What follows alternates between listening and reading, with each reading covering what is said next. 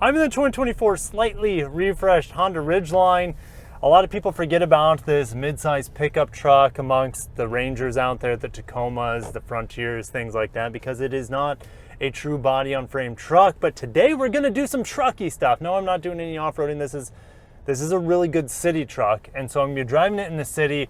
And I'm gonna try to load up the Grom today. I've never put a motorcycle in the back of a truck before, so wish me luck. But in order to load that Grom up, I just pulled into the hardware store. So we're gonna pick up some ramps and straps to get the Grom in the back. Underneath the hood, and we don't have shocks here, so I would need a stand to lift it up. There's the stand, but regardless, look how much padding there is underneath this heavy steel hood. That's gonna keep a lot of the sound out. And when we start driving this, you're gonna realize how quiet and smooth this V6 is.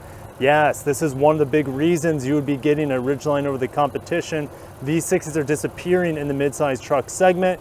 3.5 liter, 280 horse, 262 pound-feet of torque, made it to the ZF 9-speed automatic. Of course, you have Honda's IBTM4 torque vectoring all-wheel drive system in here. It's the same thing as Acura's super handling all-wheel drive. I'm getting about 22 miles per gallon driving around town in this hog, but let's go ahead and close that hood. And then here is the new TrailSport. Yes, we're in the TrailSport for 2024. That is a new trim level, so we're gonna have some unique badging, unique styling with this grille. We have, if we look underneath, you have some steel protection underneath there to protect it if you're doing some off-roading. Honestly, I'll just cut to the chase. I'd be picking the second trim level up.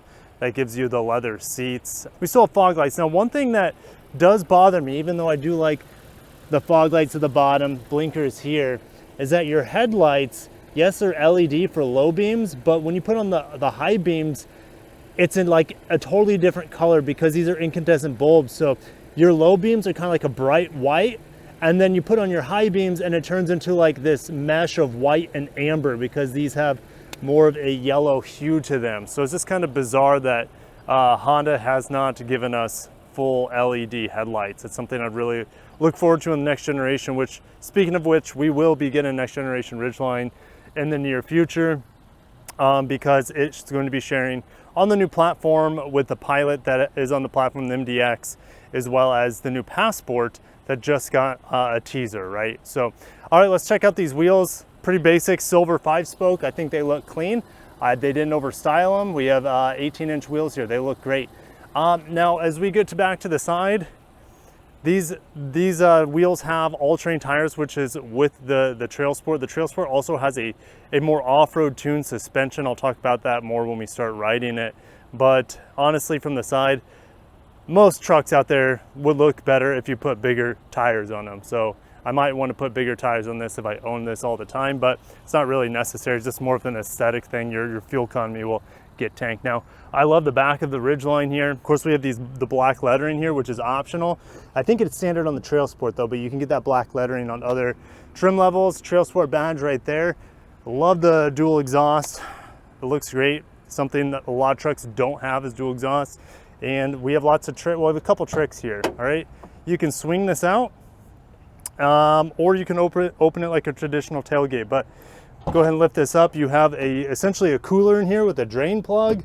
That is amazing. I don't know how good it is at actually, it's probably not very insulated, I would say, but it's cool that you have a drain plug. So yeah, spare tire under there as well. Closing this, we got some hooks that we're gonna have to connect with the straps here in a little bit for the little Grom. I haven't opened this yet.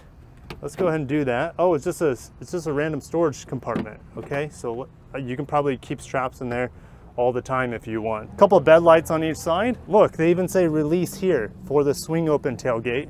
And then here's the traditional tailgate. Now, keep in mind, don't let this drop because this is not tailgate assist. It's not a slow release. I made that mistake the first time. This thing falls and it is heavy. So just keep your arm on it while you're opening it. It's an old school lift gate. And it's not light by any means. It's definitely steel. So just keep that in mind. It would have been nice to have it a little bit lighter, but whatever. It's a good bicep workout. I'll give you a quick tour of the back seat, and we'll do most of the tour of the front seat when we start driving it. My niece sat back here. We went on a boat trip down here in South Florida when my family was in town, and she didn't have any issues. We had the cooler on that end. It's just really easy to operate these back seats. Essentially one hand operation there, and look at this space. Heck, I could probably even fit the Grom in here sideways. I love how easy it is to operate, how nice it clips into place too, and this TrailSport has this orange stitching here too. Nice vents in the back. I don't have any USBs though, but you just put a little adapter there, get over it, you'll be fine. And like I said, this has the leather interior. Pretty nice. I guess I could lower this if you guys want to see that. Pretty nifty. Super easy, super simple. Now this glass slides, but it is not manual. So the cool thing is you just open it with that. I love that feature. And there's even a microphone back here for your passengers and some map lights above. All right, firing up the old Ridgeline here. We do have kind of like this memory seat setting. Obviously we have memory seats, but when you start the vehicle up, it kind of has that easy access where the seat will scoot forward. Immediately you want to turn the fans down, and I love how easy it is to do in here. Fan control speed is right here. Temperature control right here. Android Auto pulling up wirelessly right away. So this screen is new for 2024, and it is so much better. That's one of the big reasons I like. And I got a rant right now because the last time I drove a Ridgeline, I think it was a 2021 or 2022. I think it was about 3 years ago. I did not like the truck at all. And there's two reasons for it. The technology was an instant like no buy. The screen was like red and black and white. Those are the only colors that showed on it. I couldn't get my Android Auto to pull up on it after many days of trying. Eventually did on the last day, but I already reviewed the vehicle, so there's that. But it was a nightmare situation with my phone last time, and the screen was just like super small. I had a plastic steering wheel because it was this base sport model. So get into the gas pedal, VTEC.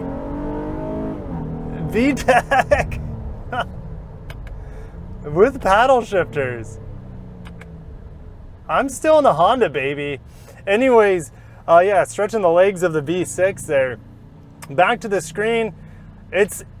I wish it was bigger, but the size of it doesn't bother me. It's not what bothers me the most. It's kind of like, it's pointing up to this area. I don't know if the camera's gonna pick that up, but like it's pointing up somewhere over here. I wish it was like neutral or at least facing me a little bit, and it's not doing any of that. So it's just kind of angled off in a weird direction. And because of that, I lose visibility. It gets darker. So I'm here driving and it's a dark screen. I can still read it, but like it gets brighter if I move my head all the way to the middle of the vehicle. So it's a better screen. I just don't understand why I have to compromise here still with the screen on the refreshed model. I just wish it was brighter. It's fully maxed out brightness right now. Get back to the gas.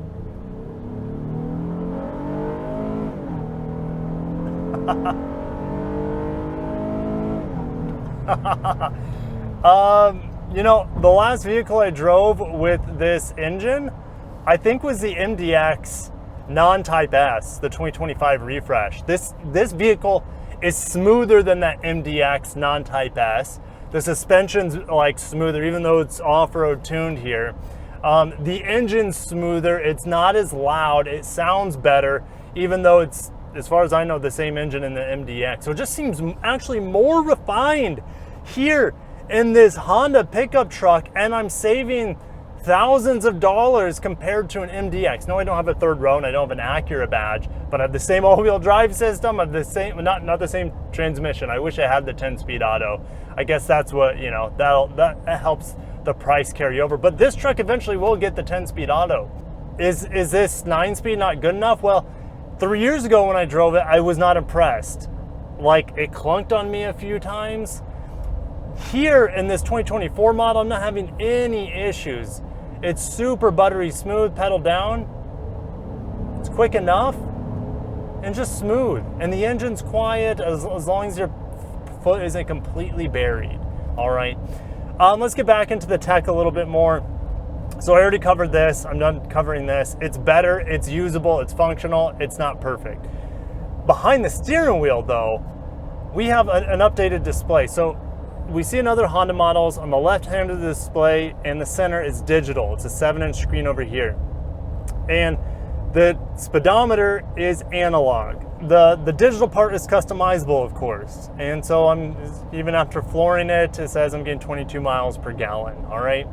But I can customize, I can put Android Auto up on there. So when I put an address in here, it'll give me turn-by-turn directions with this. It's really, really nice. In terms of minimalism functionality, it has everything I want from a pickup truck, all right? I even have a heated steering wheel here on this TrailSport. I have heated seats, which I don't need because it's 90 degrees right now at 10, 11 o'clock in the morning.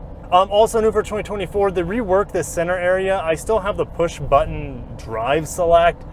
Again, it would be awesome to have it on a column. A column shifter here, that would make me pretty happy, remind me of trucks in the 90s. Because if this gear shift wasn't here, I would have so much more space for, I don't know, more cups or just more space for your belongings. So anyways, new for 2024 is a USB-C here as well. I have a wireless charger down here.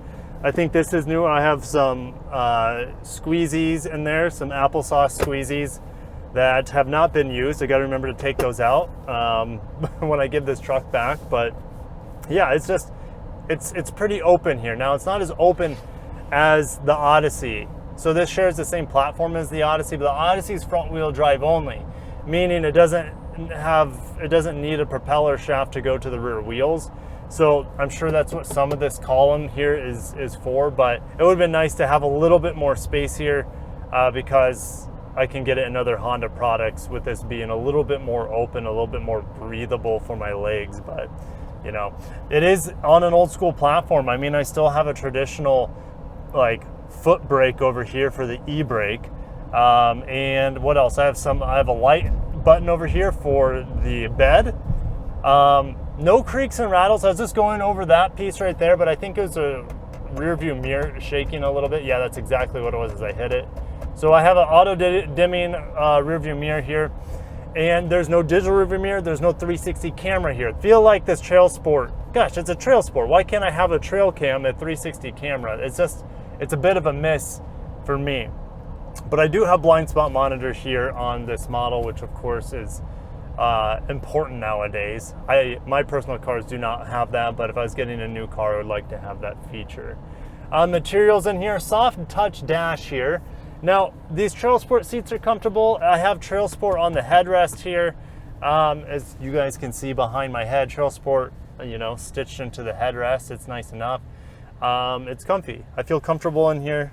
It's good enough. Would I have liked maybe thigh extension for longer trips? Probably, but good shoulder room.